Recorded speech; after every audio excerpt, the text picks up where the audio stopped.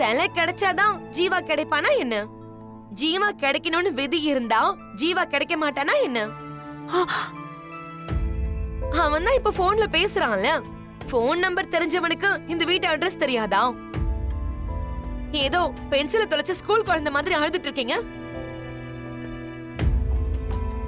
சீனு, எனக்கு என்னமோ பார்வதி சித்தி தான் இந்த திருட்டு வேலையை பண்ணிருப்பாங்களோன்னு தோணுது. ஆமா மாயா, இவங்க பேசுறதெல்லாம் பார்த்தா ராத்திரி யாருக்குமே தெரியாம சிலை எடுத்துட்டு போயிட்டு எங்கேயோ வச்சுட்டு காலையில ஒண்ணுமே தெரியாத மாதிரி நடிச்சு நக்கல் பண்ணிட்டு இருக்காங்க.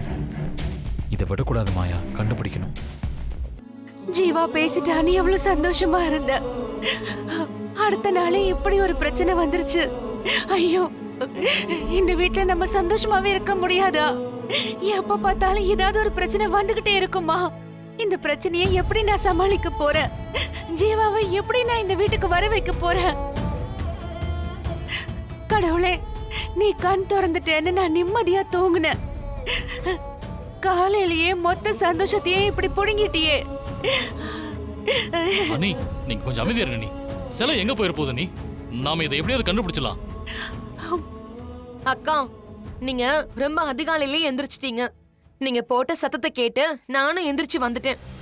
எனக்கு தூக்கம் வருது, நான் போய் படுக்கிறேன்.